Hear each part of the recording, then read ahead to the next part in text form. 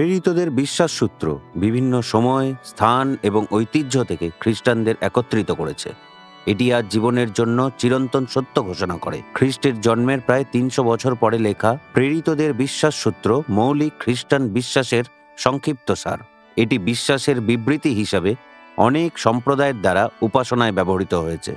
প্রারম্ভিক গির্জার মধ্যে অনেকে তাদের বিশ্বাসের জন্য মৃত্যুবরণ করলেন, অর্থাৎ হলো যে তারা নিজেদের চেয়ে বড় কিছু পেয়েছিলেন। কি ছিল সেই সত্য? কিভাবে প্রারম্ভিক গির্জার যাজক এবং ধর্মতাত্ত্বিক খ্রিস্টীয় জীবনের মূল বিষয়গুলির পথপ্রদর্শক হিসেবে প্রেরিতদের বিশ্বাস সূত্রকে ব্যবহার করেছিলেন? কর্নেলিস হ্যারিঙ্ক সেই বিশ্বাস সূত্রের পরিচয় দিয়েছেন। তিনি আমাদের প্রেরিতদের বিশ্বাস সূত্রের সাথে জড়িত সত্যগুলি দেখান, যা আমরা অনুমান করতে এসেছি, এবং তা আমাদের মৃত্যু পর্যন্ত আনুগত্য অর্জন করা উচিত।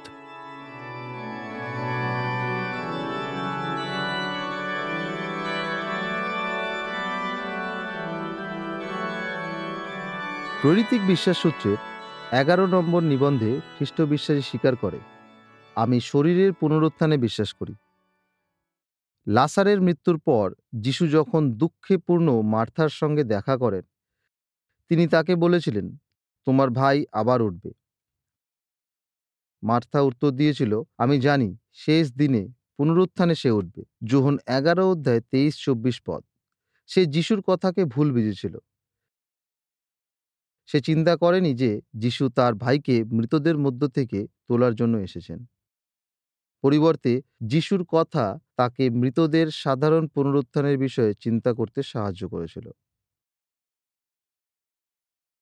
তবুও তার উত্তর দেখায় যে মৃতদের পুনরুত্থান সম্পর্কে যিহুদীদের মধ্যে ব্যাপক বিশ্বাস ছিল। মসিহ এবং ভাওবাদীদের কথার ভিত্তিতে যিহুদীরা মৃতদের পুনরুত্থানের সত্যে বিশ্বাস করত। মৃত্যুর পর দেহ ও আত্মার অস্তিত্বের তত্ত্বের বিষয়ে নতুন নিয়মের তুলনায় পুরাতন নিয়মে অস্পষ্টভাবে প্রকাশ করা হয়েছে, তা যেন আমরা অবশ্যই স্বীকার করি। মৃতদের মধ্যে থেকে যীশু খ্রিস্টের পুনরুত্থানের কারণে এই সত্য নতুন নিয়মে স্পষ্টভাবে প্রকাশিত হয়েছে। সে সম্পর্কে 2 তিমথেয় 1 অধ্যায় 10 পদে প্রেরিত শিষ্য যুক্তি দিয়েছেন।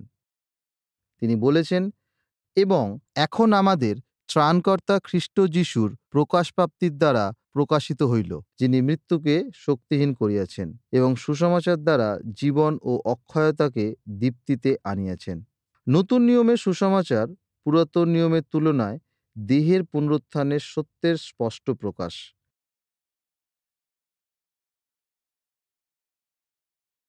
প্রকাশিত বাক্য 20 অধ্যায় 13 পদে যা বলা হয়েছে, আসুন আমরা সে বিষয়ে চিন্তা করি।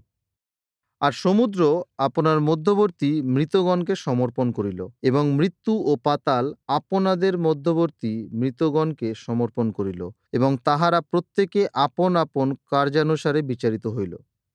নতুন নিয়মের সুসমাচারের বার্তা স্পষ্টভাবে মৃত্যুর পর দেহ ও আত্মার অস্তিত্বের বিষয়ে বলে। বিশ্বাসীরা দেহের এক গৌরবময় পুনরুত্থানের আশা করেছিল। খ্রিস্টের পুনরুত্থান খ্রিস্ট বিশ্বাসীদেরকে এক আশা দিয়েছে যা মৃত্যু ও কবরের বাইরে পৌঁছেছে। তাদের পরিত্রাতা খ্রিস্টকে পুনরুত্থানের প্রথম ফল বলা হয়। এতে বোঝা যায় যে সম্পূর্ণ ফসল সংগ্রহ করা হবে এবং ঈশ্বরের সন্তানদের পুনরুত্থান তাদের স্বর্গীয় প্রভুর মতোই হবে। তার পুনরুত্থান ছিল দৈহিক পুনরুত্থান এবং তাদেরও তেমন পুনরুত্থান হবে। রোমীয় 8 অধ্যায় 11 পদে আমাদেরকে স্পষ্টভাবে বলা হয়েছে যে ঈশ্বর তার আত্মা দ্বারা বিশ্বাসীদের নশ্বর দেহগুলিকে তুলিবেন।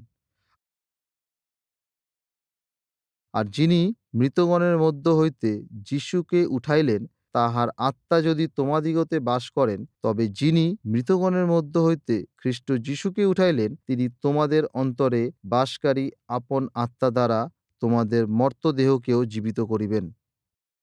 বিশ্বাসীর হৃদয়ে পবিত্র আত্মার বাস হল তাদের নশ্বর দেহের গৌরবময় পুনরুত্থানের প্রমাণ। সেই একই আত্মা তাদের আত্মিক মৃত্যু থেকে বাঁচিয়েছিলেন এবং এখন তাদের সঙ্গে বাস করেন। তিনি তাদের দেহগুলিকে দৈহিক মৃত্যু থেকেও তুলবেন।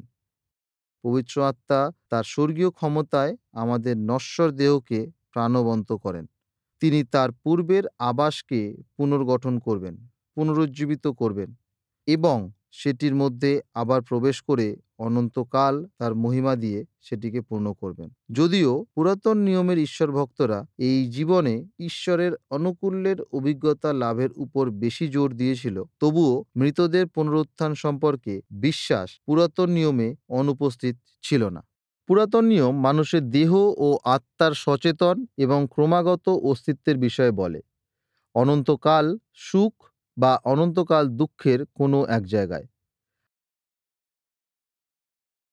আমরা ইতিমধ্যেই হনকের বিষয়ে পড়েছি। হনক ঈশ্বরের সহিত গমনাগমন করিতেন, পরে তিনি আর রহিলেন না, কেননা ঈশ্বর তাহাকে গ্রহণ করিলেন। তাকে পৃথিবী থেকে দেহ ও আত্মাসহ তুলে নেওয়া হয়, আর স্বর্গ ছাড়া তিনি কোথায় যেতে পারেন? তবে অবিশ্বাসীর জীবন অনন্তকালের অন্ধকারে শেষ হবে। দুষ্টেরা পাতালে ফিরিয়া যাইবে, যে জাতিরা ঈশ্বরকে ভুলিয়া যায় তাহারাও যাইবে। গীতসংহিতা 9 অধ্যায় 17 পদ। বিশ্বাসীদের পরিত্রাণে তাদের কোনো অংশ নেই। পুরাতন নিয়মের বিশ্বাসীরা মৃত্যুর পর তাদের দেহ ও আত্মার আশীর্বাদপূর্ণ অনন্তকালীন আশা সম্পর্কে বলেছে। মৃতদের পুনরুত্থান খুবই গুরুত্বপূর্ণ উপাদান, যাকে ইসরায়েলের আশা বলা হয়। পৌলকে যখন যিহুদি ধর্মীয় সভার সামনে সাক্ষ্য দেওয়ার জন্য ডাকা হয়, তিনি জানতেন যে সভার একটা অংশ সদ্দুকীদের নিয়ে তৈরি, যারা মৃতদের পুনরুত্থান সম্পর্কে বিশ্বাস করত না, এবং সভার অন্য একটা অংশ ফরিসীদের নিয়ে তৈরি, যারা মৃতদের পুনরুত্থানে বিশ্বাস করত। তিনি সবার সামনে বললেন, হে ভাতৃগণ, আমি ফরিসী এবং ফরিসীদের সন্তান। মৃতদের প্রত্যাশা ও পুনরুত্থান সম্বন্ধে আমার বিচার হইতেছে। প্রেরি 23 অধ্যায় 6 পদ। ইসরায়েলের কাছে পুনরুত্থানের আশা ছিল অমরত্বের আশা, অর্থাৎ ঈশ্বরের অনন্ত রাজ্যে কারোর দেহে ও আত্মায় ক্রমাগত অস্তিত্বের আশা। গীতসংহিতা 16-তে দাউদ আশা সম্পর্কে বলেছেন, তুমি আমাকে জীবনের পথ জ্ঞাত করিবে, তোমার সম্মুখে তৃপ্তিকর আনন্দ, তোমার দক্ষিণ হস্তে নিত্য সুখ ভোগ। গীতসংহিতা 16 অধ্যায় 11 পদ। গীতসংহিতা 17-তে তিনি সাক্ষ্য দিয়েছেন, আমি তো ধার্মিকতায় তোমার মুখ দর্শন করিব, জাগিয়া তোমার মূর্তিতে তৃপ্ত হইব।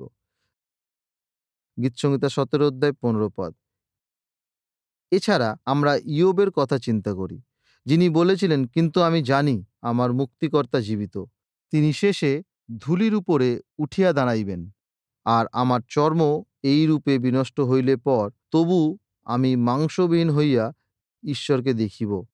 ইয়োব 19 অধ্যায় 25-26 পদ। 73 গীতে আসফ স্বীকার করেছেন, তুমি নিজ মন্ত্রণায় আমাকে গমন করাইবে, শেষে সব প্রতাপে আমাকে গ্রহণ করিবে।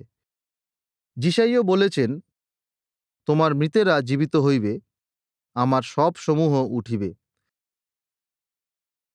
এমনকি যারা ধুলোয় ফিরে গেছে, সেই সমস্ত মৃতদেরকে তিনি উৎসাহ দিয়েছেন এই বলে, হে ধূলি নিবাসীরা, তোমরা জাগ্রত হও, আনন্দ গান করো, কেননা তোমার শিশির দীপ্তির শিশির তুল্য, এবং ভূমি প্রেতদিগকে ভূমিষ্ঠ করিবে।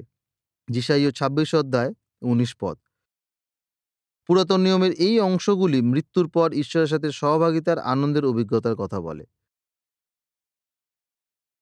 পুরাতন নিয়মের বিশ্বাসীদের কাছে মৃত্যু শেষ ছিল না। জীবনের শেষ ধ্বংসে নয়, কিন্তু পুনরুত্থানে। দানিয়েল 12 অধ্যায় 13 পদে ঈশ্বর দানিয়েলকে বলেছিলেন, কিন্তু তুমি শেষের অপেক্ষাতে গমন করো, তাহাতে বিশ্রাম পাইবে, এবং দিনসমূহের শেষে আপন অধিকারে দণ্ডায়মান হইবে। পুরাতন নিয়মে মৃতদের পুনরুত্থানকে ঈশ্বরের সর্বশক্তিমত্তার কাজ হিসাবে বর্ণনা করা হয়। জিহিজকেল ভাববাদী তার দর্শনে যা দেখেছিলেন তা আমাদের সামনে লেখনের মাধ্যমে তুলে ধরা হয়েছে। জিহিজকেল 37 অধ্যায়ে আমরা পড়ি যে ভাববাদী মৃতদের হাড়ের এক উপত্যকায় দাঁড়িয়ে আছেন। এই মৃত হাড়গুলি সম্বন্ধে জোরের সাথে বলা হয়েছে, সে সকল অতিশয় শুষ্ক, 2 পদ। জীবনের কোনো চিহ্ন সেখানে খুঁজে পাওয়া যায়নি। এই মৃতেরা কি আবার উঠবে? সদাপ্রভুর এই প্রশ্নের উত্তরে তিনি কেবল বলতে পারতেন, হে প্রভু সদাপ্রভু, আপনি জানেন। এটা অসম্ভব মনে হচ্ছিল। তবে সদাপ্রভু এই হাড়গুলোকে জীবনে ফিরিয়ে এনেছিলেন এই বলে। প্রভু সদাপ্রভু এই সকল অস্থিকে এই কথা কহেন, দেখো, আমি তোমাদের মধ্যে আত্মা প্রবেশ করাইব, তাহাতে তোমরা জীবিত হইবে। আর আমি তোমাদের উপর শিরা দিব, তোমাদের উপরে মাংস উৎপন্ন করিব, চর্ম দ্বারা তোমাদেরকে আচ্ছাদন করিব ও তোমাদের মধ্যে আত্মা দিব, তাহাতে তোমরা জীবিত হইবে। আর তোমরা জানিবে যে আমি সদাপ্রভু। ঈশ্বরের আজ্ঞায় মৃতেরা জীবিত হবে, যাতে সমস্ত সৃষ্টি জানতে পারে যে তিনি একমাত্র সদাপ্রভু। মৃতদের পুনরুত্থান এক অতিপ্রাকৃত কাজ, যা কেবলমাত্র ঈশ্বর করতে পারেন। নতুন নিয়মে মৃতদের পুনরুত্থান সম্পর্কে আমরা অবশ্যই বলতে পারি যে প্রেরিতদের পত্রগুলিতে জোরালোভাবে এবং প্রচুর রূপে মৃতদের পুনরুত্থান তত্ত্ব শিক্ষা দেওয়া হয়েছে। খ্রিস্ট বিশ্বাসীর বিশ্বাস এবং আশা ছিল যে একদিন তাদের প্রভু ও পরিত্রাতা মৃতদের মধ্য থেকে উঠবেন। কেননা আমরা জানি, যিনি প্রভু যীশুকে উঠাইয়াছেন, তিনি যীশুর সহিত আমাদিগকেও উঠাইবেন এবং তোমাদের সহিত উপস্থিত করিবেন। 2 করিন্থীয় 4:14 পদ। প্রকাশিত বাক্যে যোহন সাক্ষ্য দিয়েছেন, আর আমি দেখলাম ক্ষুদ্র ও মহান সমস্ত মৃত লোক সেই সিংহাসনের সম্মুখে দাঁড়াইয়া আছে। পরে কয়েকখানি পুস্তক খোলা গেল এবং আরেকখানি পুস্তক অর্থাৎ জীবন পুস্তক খোলা গেল, এবং মৃতেরা পুস্তক সমূহে লিখিত প্রমাণে আপন আপন কার্যানুসারে বিচারিত হইল। আর সমুদ্র আপনার মধ্যবর্তী মৃতগণকে সমর্পণ করিল, এবং মৃত্যু ও পাতাল আপনাদের মধ্যবর্তী মৃতগণকে সমর্পণ করিল, এবং তাহারা প্রত্যেকে আপন আপন কার্যানুসারে বিচারিত হইল। প্রকাশিত 20:12-13 পদ। একটা দিন আসছে যখন জীবিত ও মৃত সকলের পুনরুত্থান হবে এবং শেষ বিচার হবে। এই বিষয়ে নতুন নিয়মের সাক্ষ্য ব্যাপক এবং অকাট্য। মতি 22 অধ্যায়ে যীশু ও সদ্দুকীদের মধ্যে এক তর্কের বিষয় আমরা পড়ি। যীশুর সময়ে সদ্দুকীরা ছিল যিহুদি ধর্মের এক রাজনৈতিক ও ধর্মীয় সংগঠন। প্রধানত অভিজাত সম্প্রদায়, বিদ্বান মানুষ এবং ধনী সম্প্রদায়ের ব্যক্তিদের নিয়ে এটা যিহুদি ধর্মের এক আধুনিক আন্দোলন ছিল।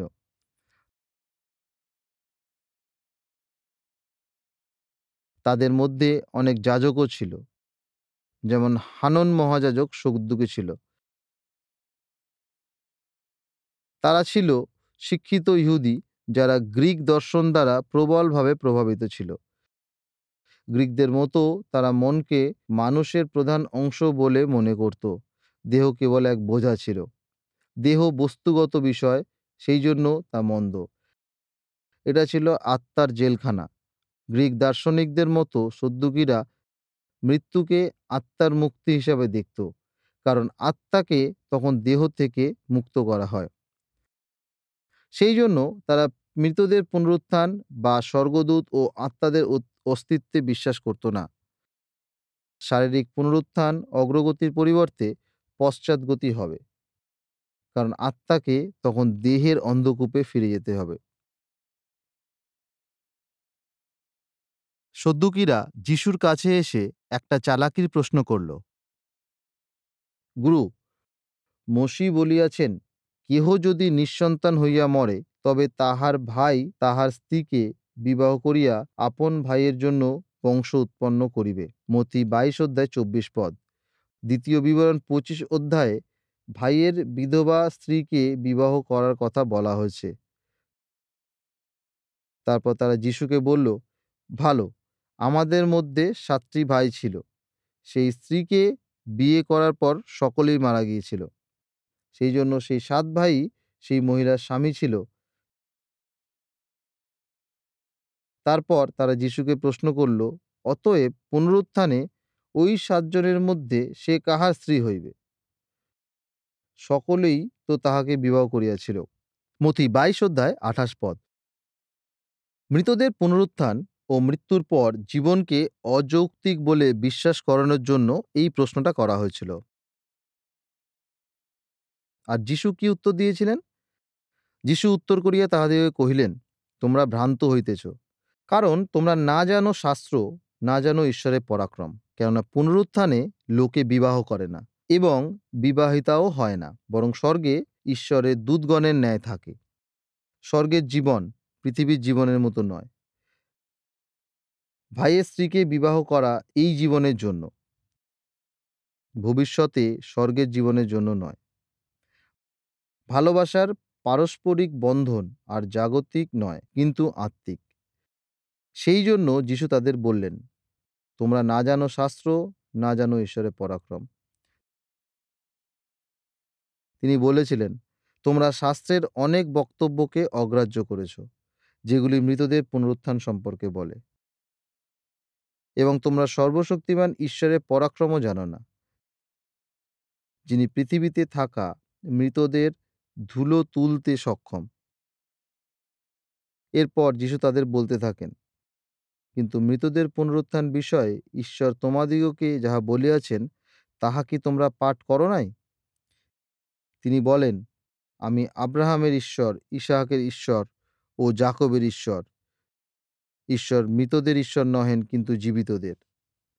মশি 22 অধ্যায়ে 31-32 পদ। কি বুদ্ধিদীপ্ত উত্তর!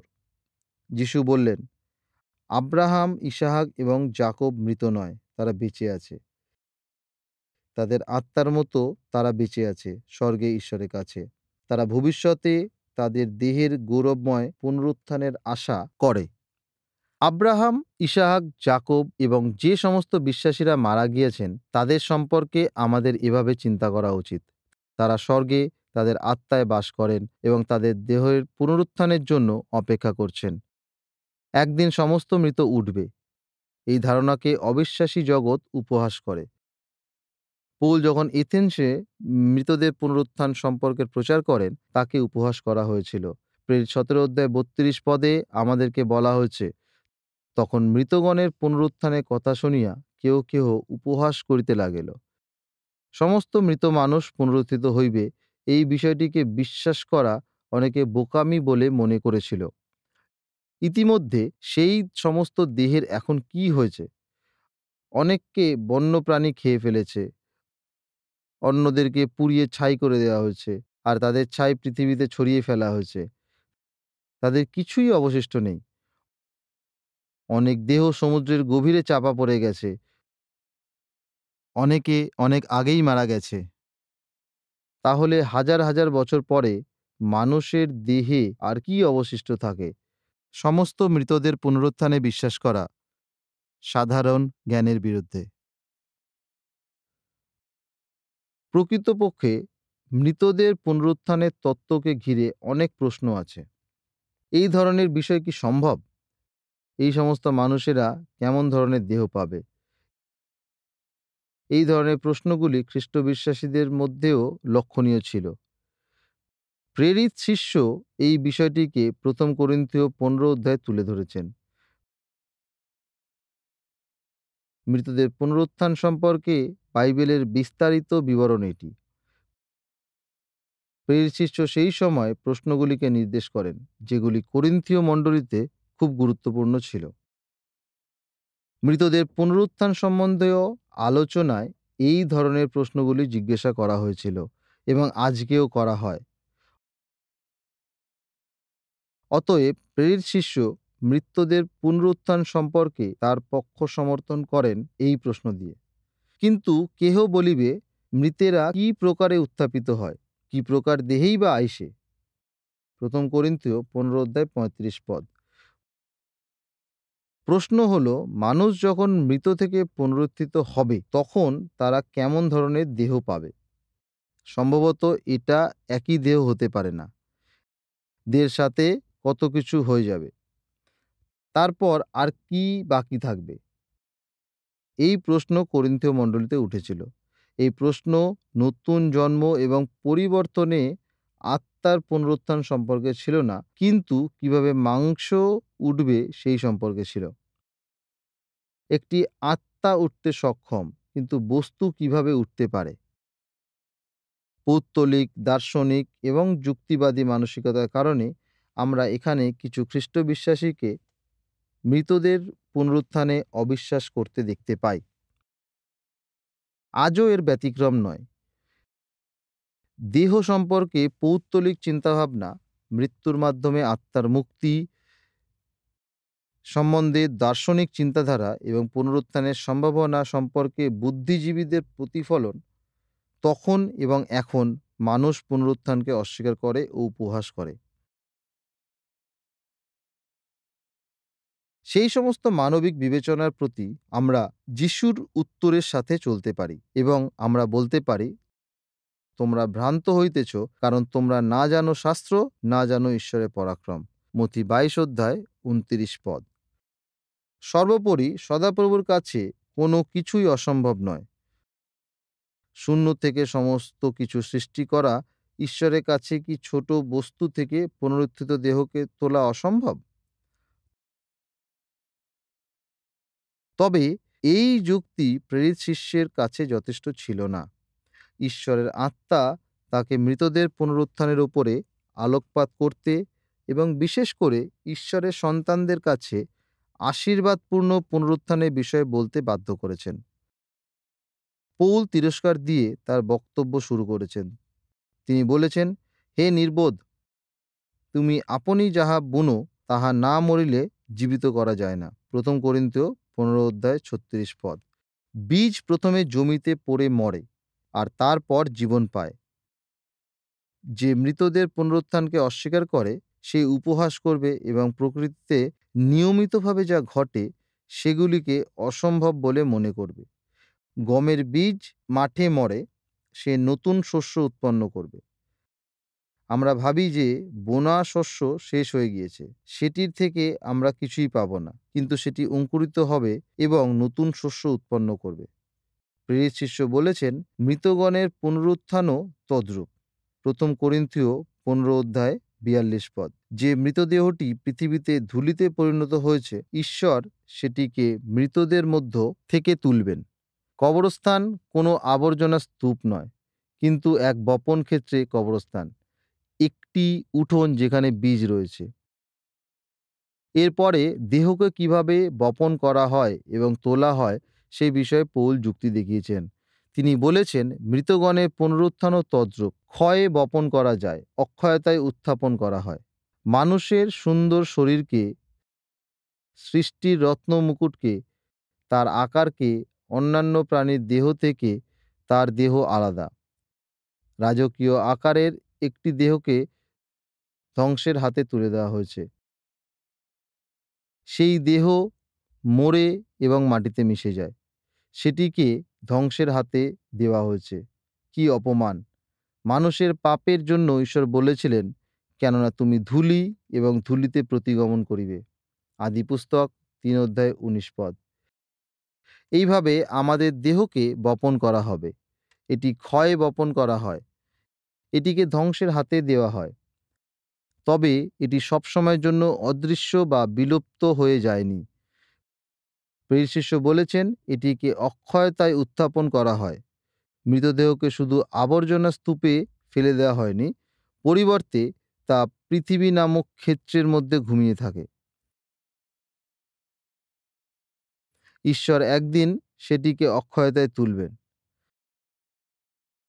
তখন আর দেহ ক্ষয়ের শিকার হবে না। একই দেহ থাকবে, কিন্তু পাপের ফলাফলের অধীনে আর থাকবে না। সেটি আর অসুস্থতা, ব্যাধি, কষ্ট, বেদনা ও মৃত্যুর অধীনে থাকবে না। যাকব আর খোঁড়াবে না এবং লাসার আর ফোড়ায় ঢাকা থাকবে না। প্রেরিত শিষ্য বলেছেন, এটিকে অনাদরে বপন করা যায়, গৌরবে উত্থাপন করা হয়। 1 করিন্থীয় 15 অধ্যায় 43 পদ। কোনো মানুষকে যখন কবর না দেওয়া হয়, সেটি ঈশ্বরের বিচার। আহবের দুষ্ট স্ত্রী ইসেবলের প্রতি এটি ঈশ্বরের অভিশাপ ছিল। কুকুরেরা ঈশেবলকে খাইবে। প্রথম রাজাবলী 21 অধ্যায় 23 পদ। এই আলোকে যখন দেখা হয় তখন কবর দেওয়া একটা সম্মানের বিষয়, তবে গৌরবময় সৃষ্টির আলোকে এটি অসম্মানজনক। আমাদের দেহ কল্পনাতীত সেই অসম্মানের অধীন। যে মানুষকে ঈশ্বরের সৃষ্টির উপরে শাসন করার জন্য রাজা হিসাবে সৃষ্টি করা হয়েছিল, তার দেহ একটা কবরে পচনের জন্য রাখা হয়েছে। কি অসম্মান! এটা প্রকৃতপক্ষে অনাদরে বপন করা। তবে এটি গৌরবে উত্থিত হবে। যে দেহে বিশ্বাসীরা উঠবে তা মহিমান্বিত হবে, কারণ ঈশ্বর আমাদের দীনতার দেহকে রূপান্তর করিয়া নিজ প্রতাপের দেহে সমরূপ করিবেন। ফিলিপিও 3 অধ্যায় 21 পদ। আমাদের পচনশীল দেহ ধ্বংস হবে না, তা রূপান্তরিত হবে। বাইবেল শিক্ষা দেয় যে বিশ্বাসীদের দেহ পুনরুত্থিত ও গৌরবান্বিত খ্রিস্টের দেহের মতো হবে। যিশু তার মহিমা দিয়ে তাদের দেহগুলি আচ্ছাদন করবেন। কি অনুগ্রহ! এক হতভাগ্য পাপীর দেহকে ঈশ্বরের পুত্রের দেহের মতো তৈরি করা হয়েছে। সেটা রক্ত মাংস ও হাড়ের দেহ হবে।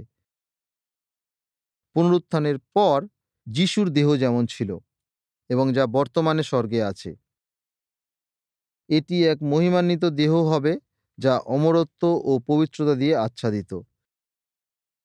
সেই দেহকে পৃথিবীতে যেভাবে বপন করা হয়েছিল তার থেকেও বেশি মহিমান্বিত অবস্থায় পুনরুদ্ধার করা হবে। প্রেরিত শিষ্য যেমন বলেছেন, সেটিকে গৌরবে উত্থাপন করা হবে। প্রেরিত শিষ্য এখানেই শেষ করেননি। তিনি বলে চলেছেন, দুর্বলতায় বপন করা যায়, শক্তিতে উত্থাপন করা হয়। প্রথম করিন্থীয় 15 অধ্যায় 43 পদ। সেই দেহ ভেঙে ফেলা হয়।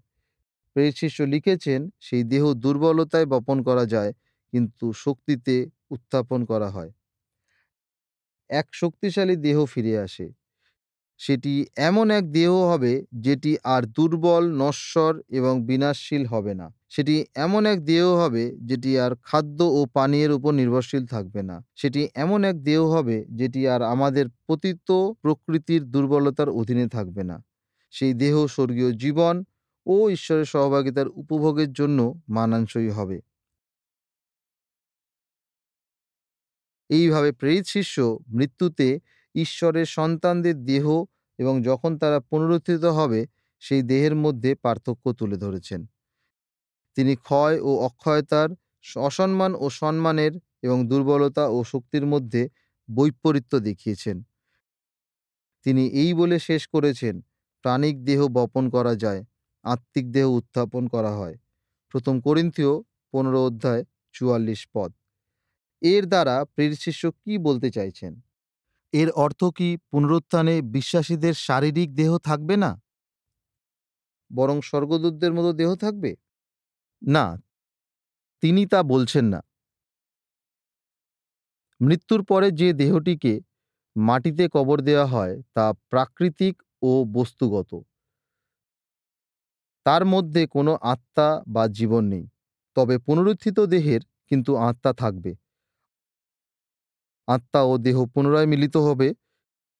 সেই জন্য প্রেরিত শিষ্য বলেছেন, আত্মিক দেহ উত্থাপন করা হয়। এই মিলন পতিত মানুষের পুনরুদ্ধারে সম্পূর্ণতার চিহ্ন হবে। ঈশ্বরের সন্তানেরা এক মহিমান্বিত দেহ লাভ করবে, যেটির মধ্যে এক মুক্ত আত্মা বাস করবে। তারা আত্মায় ও দেহে ঈশ্বরের গৌরব ও সেবা করার জন্য প্রস্তুত হবে। অতএব আমাদেরকে এই বলে শেষ করতে হবে, প্রিয়তমেরা, এখন আমরা ঈশ্বরের সন্তান এবং কি হইব তাহা এ পর্যন্ত প্রকাশিত হয় নাই। আমরা জানি তিনি যখন প্রকাশিত হইবেন তখন আমরা তাহার সমরূপ হইব, কারণ তিনি যেমন আছেন তাহাকে তেমনই দেখিতে পাইব। স্বর্গীয় জগতে বাস করার জন্য যা কিছু প্রয়োজন, ঈশ্বরের সন্তানেরা সেই সমস্ত কিছু সহ একটি দেহ পাবে। আর দুর্বল বা নশ্বর নয়, কিন্তু গৌরবান্বিত ও অবিনশ্বর। তারা আর কখনো ক্লান্ত হবে না এবং ক্ষুধিত বা তৃষিত হবে না ইহারা আর কখনো ক্ষুধিত হইবে না, আর কখনো তৃষ্ণার্তও হইবে না, এবং ইহাদিগেতে রৌদ্র বা কোনো উত্তাপ লাগিবে না, কারণ সিংহাসনের মধ্যস্থিত মেষশাবক ইহাদিওকে পালন করিবেন এবং জীবন জলের উনুইয়ের নিকটে গমন করাইবেন, আর ঈশ্বর ইহাদের সমস্ত নেত্রজল মুছাইয়া দিবেন। প্রকাশিত বাক্য 7 অধ্যায় 16-17 পদ। পুনরুত্থান দু ধরনের হবে। শেষ পুনরুত্থান সকলের জন্য সমান হবে না। যিশু মৃতদের দু ধরনের পুনরুত্থানের কথা বলেছেন: জীবনের জন্য পুনরুত্থান এবং অনন্ত মৃত্যুর জন্য পুনরুত্থান। তিনি বলেছেন, কেননা এমন সময় আসিতেছে যখন কবরস্থ সকলে তার রব শুনিবে, এবং যাহারা সৎকার্য করিয়াছে তাহারা জীবনের পুনরুত্থানের জন্য, ও যাহারা অসৎকার্য করিয়াছে তাহারা বিচারের পুনরুত্থানের জন্য বাহির হইয়া আসিবে। ঈদন উদ্যানে আদমের পতনের পর থেকে মানবজাতি নারী ও সাপের, ধার্মিকতার ও দুষ্টের, বিশ্বাসী ও অবিশ্বাসীর বংশ হিসাবে গঠিত। মৃতদের পুনরুত্থানে এই পার্থক্য দেখা যাবে: জীবনের পুনরুত্থানে ও মৃত্যুর পুনরুত্থানে। বিশ্বাসীরা দেহ ও আত্মা নিয়ে স্বর্গে যাবে এবং দুষ্টরা দেহ ও আত্মা নিয়ে নরকে যাবে। মৃতদের এক সাধারণ পুনরুত্থান হবে। পৃথিবী মৃতদেরকে জীবন ফিরিয়ে দেবে, মৃত জীবিত হবে। 1 থেসলোনিকীয় 4 অধ্যায় শিক্ষা দেয় যে ঈশ্বরের সন্তানদের এক নির্দিষ্ট ক্রমে পুনরুত্থান হবে। মৃত বিশ্বাসীদের দেহগুলি প্রথমে উঠবে। সেদিন পৃথিবীতে যে সমস্ত বিশ্বাসীরা বেঁচে থাকবে, প্রভুর সাথে সাক্ষাৎ করার জন্য তাদেরকে জীবিত অবস্থায় মেঘযোগে তুলে নেওয়া হবে। তাদেরকে মেঘযোগে নিয়ে যাওয়া হবে এবং সমস্ত বিশ্বাসীদেরকে কবর থেকে তোলা হবে, তাদের সাথে মিলিত করা হবে।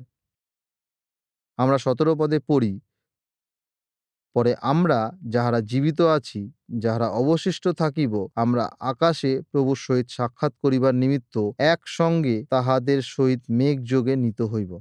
প্রিয় শিষ্য শেষ করেছেন এই বলে, আর এই রূপে সতত প্রভুর সঙ্গে থাকিব। 1 থেসলোনিকীয় 4 অধ্যায় 17 পদ। সেটা কেমন দিন হবে? সেটা প্রভুর মহান দিন। জন ক্যালভিন বলেছেন, এটা সেই দিন যে দিনের জন্য অন্যান্য দিনগুলি তৈরি করা হয়েছে। সেটা পৃথিবীর ইতিহাসের শেষ হবে। সৃষ্টির দিন থেকে যারা মরেছে তারা কবর থেকে উঠবে। তারা প্রত্যেকে তাদের কাজ অনুযায়ী বিচারিত হবে। আমরা সবাই সেই দিনের বাস্তবতা উপলব্ধি করব। যারা জীবনের জন্য বা ধ্বংসের জন্য উঠবে, আমরা তাদের কারোর অন্তর্গত হব।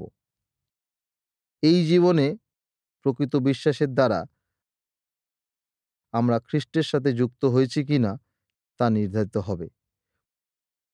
1 করিন্থীয় 15 অধ্যায়ে প্রেরিত শিষ্য খ্রিস্টের সাথে এই অপরিহার্য মিলনের নির্দেশ করে বলেছেন, কিন্তু প্রত্যেকজন আপন আপন শ্রেণীতে, খ্রিস্ট অগ্রিমাংশ, পরে খ্রিস্টের লোক সকল তাহার আগমনকালে। 1 করিন্থীয় 15 অধ্যায় 23 পদ। আপনাকে অবশ্যই খ্রিস্টের হতে হবে, পৌল বা কৈফা বা কোনো মণ্ডলীর নয়, বরং আমাদেরকে অবশ্যই খ্রিস্টের হতে হবে। ঈশ্বরের সন্তানদের জন্য এক মহিমান্বিত পুনরুত্থান অপেক্ষা করছে, কারণ তারা খ্রিস্টের। এই বক্তৃতা শোনার জন্য ধন্যবাদ। আশা করি এটি আশীর্বাদের ছিল। আমাদের পরবর্তী বক্তৃতায় যোগ দিন, যেখানে আমরা 12তম বিশ্বাস সূত্রে আলোচনা করব, আমরা অনন্ত জীবন স্বীকার করি।